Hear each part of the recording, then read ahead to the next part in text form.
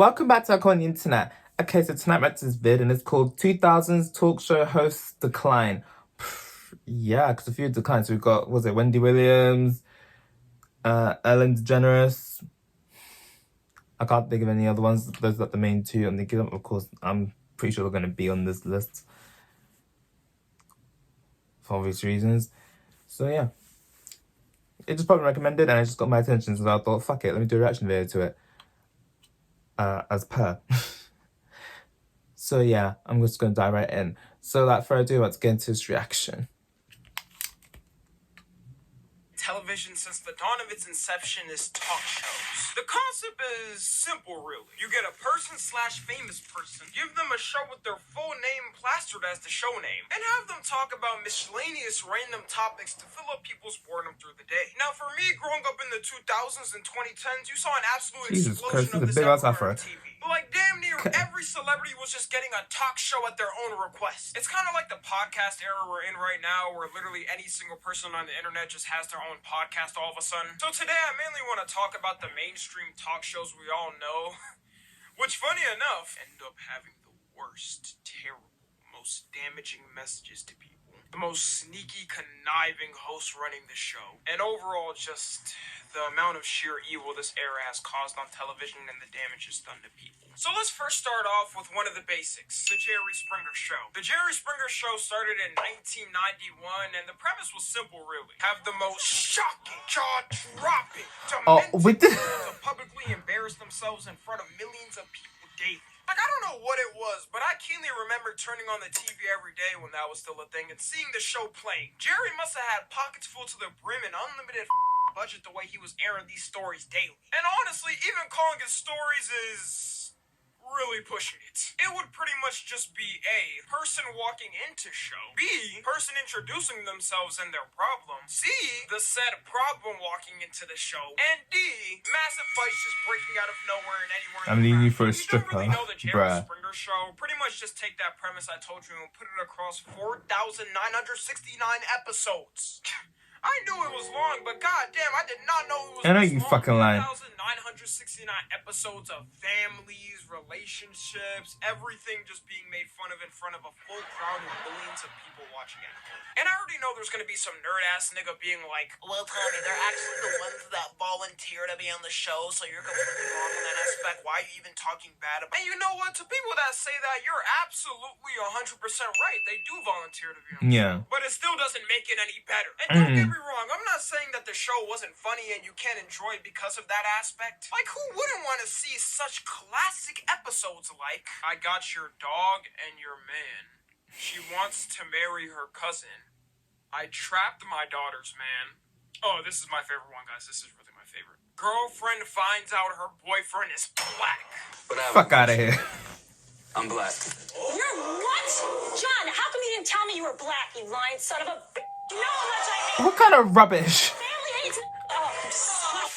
Because of these people, I'm beginning You know that shit they got away with back then. whatever it is.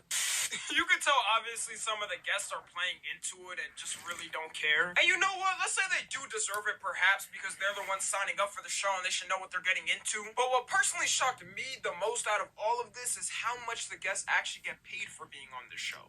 Not everything on Jerry Springer. I know not everything on there is real. Like that one, the person must have been trolling. Obviously, money will make people do anything. Enough money, that is. But yeah, let me continue. According to sources online, they don't even get paid! The only reason it's considered paid is because they get a flight from and back to where they live in a hotel with food.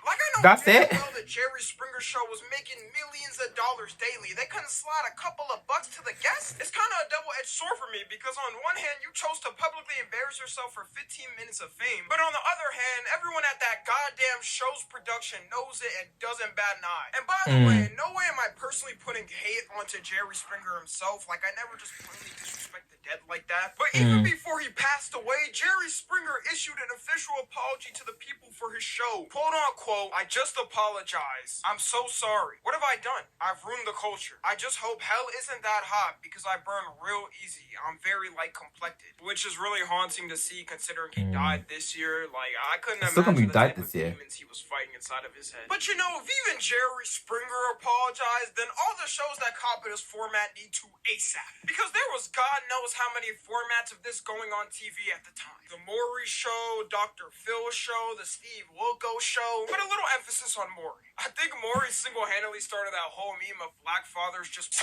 never being there. And the weird thing is that it's not like he didn't have white people or any other races on the show. But why is it every time I see one of these goddamn compilations, it's a bunch of niggas breakdancing after hearing they're not the father? You definitely set back the black community a solid 100 years in America. But you know, at least Maury paid his guests an amazingly huge amount of $300 for the entire day. Another talk show 300 in a different category that I couldn't stand was 300, bro. Dr. Oz. Dr. Oz really had a grasp on the women over 40 population in the 2000s and 2010s. He's mainly known for giving basic health advice on things with cool spring effects, I guess. Like, wow, did you know that if you eat an apple a day, it can keep the doctor away? And let me make one thing clear to y'all. When I say health advice, let me put a big emphasis on the word fat.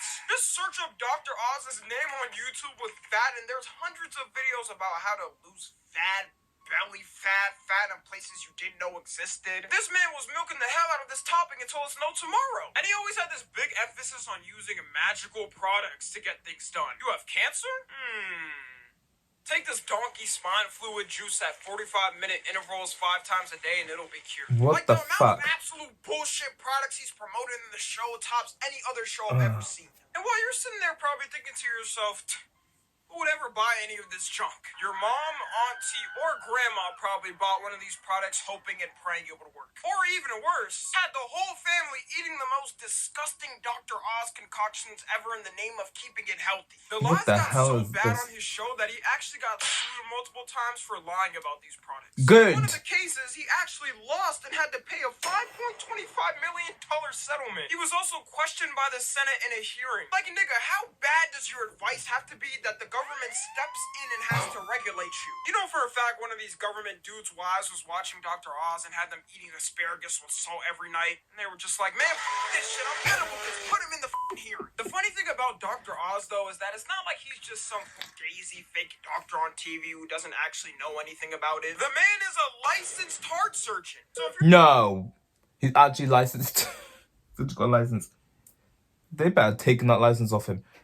about to get a heart Jesus. surgery and see Dr. Oz walk in, then it's probably better to just pull the plug. He must have got this degree from Roblox University or something, because I refuse to believe this man can actually practice medicine. And ever since the decline and sad ending of the Dr. Oz show in 2022, he's now running for Senate? I have no clue What? how these career paths even combine, but yeah, he's been in the politics game for a while now. He couldn't have picked a better career, though, than the one where everyone absolutely lies about everything. It's very fitting. Now, this next one is a very, very special person because I never liked them ever since their show was airing or anything they've ever done in their entire life. Wendy Williams. Oh, my bad. There's an error on production on this side. Give me a second. No, the fuck you didn't. Much better. There you go. Wendy Williams. The Wendy Williams show was one of the best things to happen to middle-aged mothers and the worst atrocity ever aired to everyone else. The show focused all in on garbage celebrity drama and Wendy giving her wonderful perspective on it. But honestly, looking back at the show, Wendy Williams is very lucky that she's old. If she was born a tad bit younger, then the best chance she would have is being one of those shitty tea channels. But for a long time, her show reigned down as the #1 drama outlet for women. And it's not like I hate her just because she's a drama outlet that talks about useless celebrity drama. It's the certain way It's the way she does it. done with the talking she's done. One notable one I'll never forget is when Jennifer Lawrence's nudes got leaked, and after learning about it, Wendy had a positive feminist messages about it and said this. It's not your choice. It's in the cloud, and I've looked several times. So I guess I'm disgusting for looking. Clap if you've looked at Jennifer Lawrence's hacking pictures. Clap if you're lying because you really did look.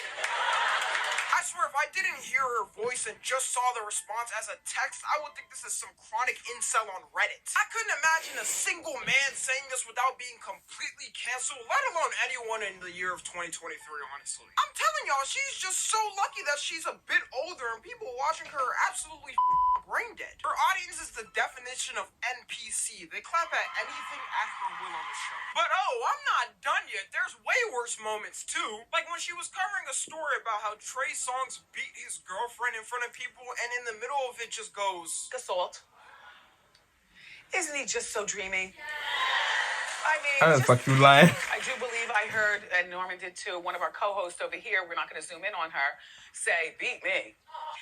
How are you going to call people back? And then what if you did see somebody at the party? I don't want to be involved. No, I'm not calling. You handle your life over there with Trigger.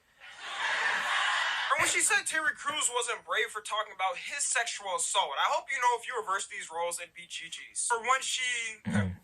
I think y'all get the point. Karma's a bitch, though, because if you see her any recent videos, she is straight up sick, and it's actually bad. I want to feel bad because I know she has an actual disease, and seeing videos and photos like this is just very creepy to me. But at the same time, Cole got a you fall from can't grace. bash people for a decade on TV, so I'ma just take the high road. I mean, when you spend years bashing like that, it will come back and get you. So, yeah. I mean, I do kind of feel bad for her in a way. Was it her husband been cheating on her for like 10 years or so, and the money, and been spending her money on his mistress, and obviously didn't she relapse and stuff like that? Damn, that's just crazy.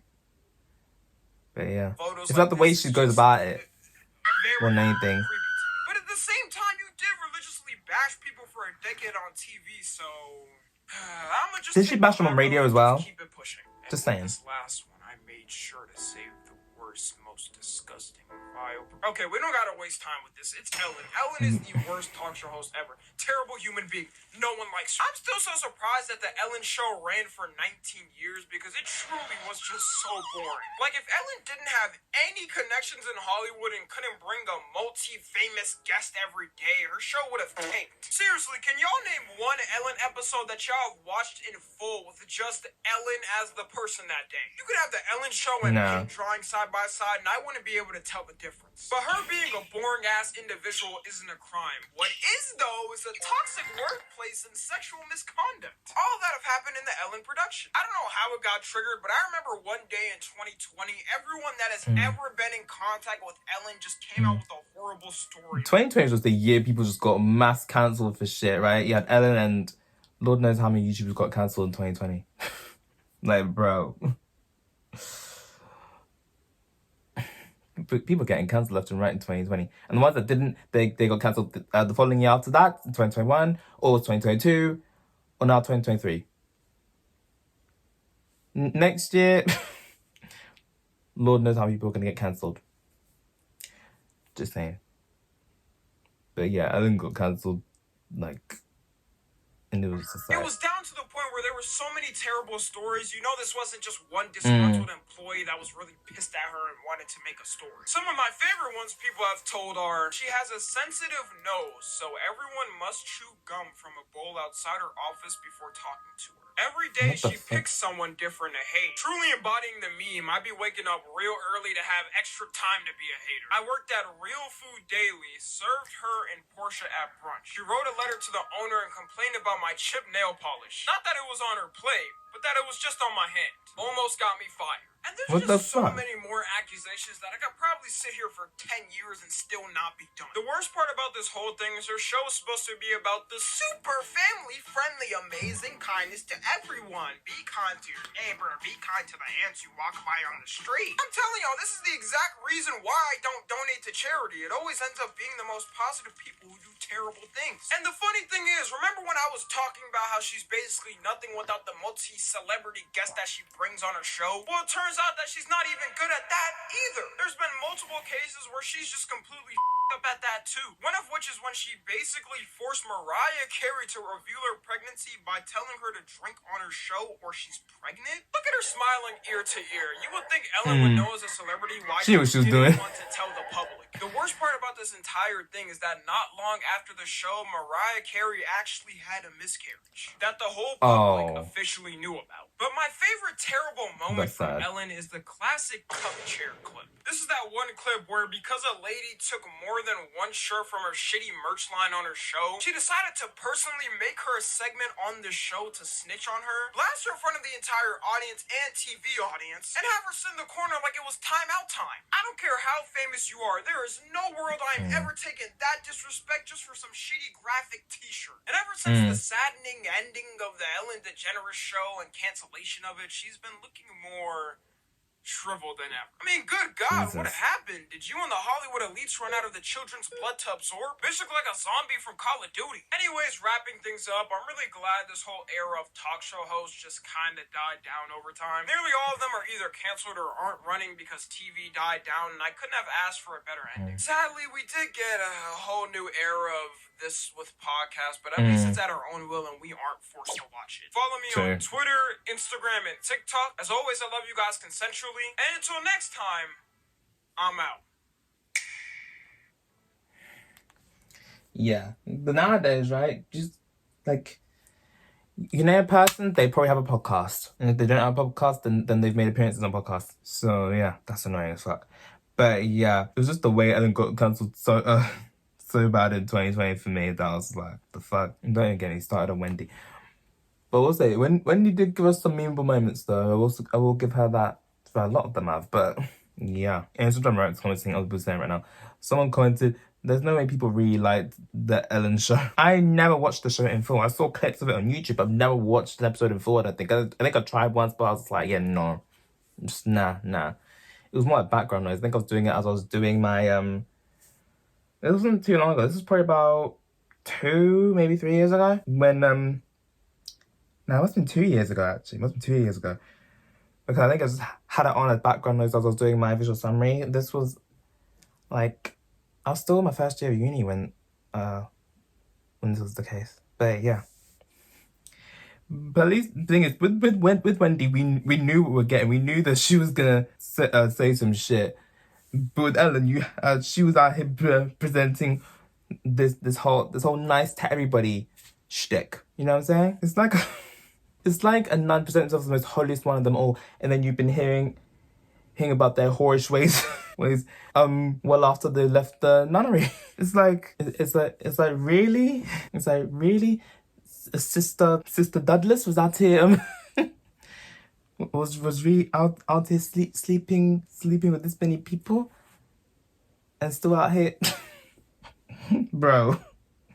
You know what I'm saying? It's such an oxymoron. And someone commented, Ellen is really a genius for donating to Bill Gates. The amount of disrespect talk show hosts have given to their guests is so bad. And if not disrespect, it's just some boring lame joke or just an awkward interaction. Jesus Christ. Let's put it this way, right? These talk show hosts and the awkward interactions on there, I'd rather be in a room with my ex and their new spouse watching them make out than to be on any of these talk shows. I'm gonna be honest. I won't mind being on a podcast though, but not a talk show. I think the podcast they're more laid back. Some of them are. While the talk shows, it's like you say the wrong thing, and you come on there looking busted. They're just gonna be coming through your neck. It's just like, nah. Someone commented, I'm convinced the only reason the Ellen show was ever and still is in business is thanks to teachers knowing them in the morning to inspire kindness. Bro. But yeah, how the mighty have fallen, and yeah, I'm going on Mary Day because yeah, I'm a head out. But yeah, how the mighty have fallen. What goes around comes around and all that shit. But yeah, I'm a head out. Okay, so that's it for this video. Like, subscribe if you want. I post it whenever I feel like it, and see you next one. Bye.